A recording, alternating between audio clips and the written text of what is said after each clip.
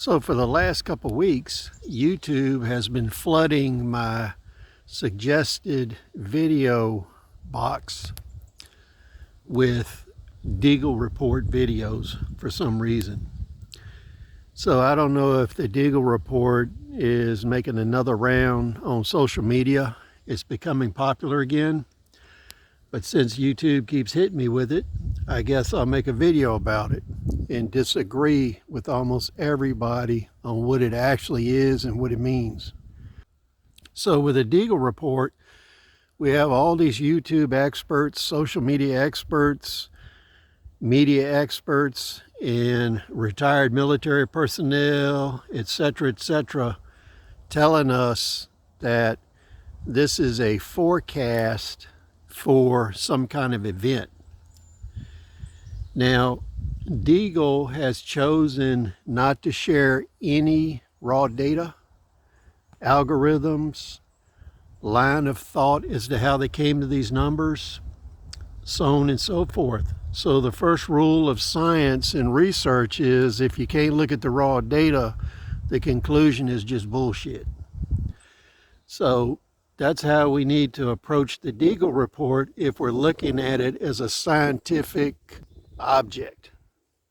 So if the Deagel Report is viewed as empirical data that a conclusion has been drawn from, and we can't see the empirical data or the reasoning behind it, it should be discarded, should be ignored. So when we look at the Deagel Report, if you look at the massive population declines, if you look at the countries it occurs in, it does not support the nuclear war scenario. The reason is the damage in a worldwide nuclear war would be much greater in multiple areas which do not show a population decline in the Deagel Report. The other big theory is biological warfare. And the problem with this is a biological war that is big enough to decimate Europe and the United States would also decimate the rest of the world. And the interesting fact is if it is a DNA-based bioweapon, then you would still see mass casualties in countries that they don't show up in the Deagel Report. So that leaves us with another conclusion no one wants to discuss, and that is it's propaganda. So if it's not propaganda, the next possibility is it is a desired outcome.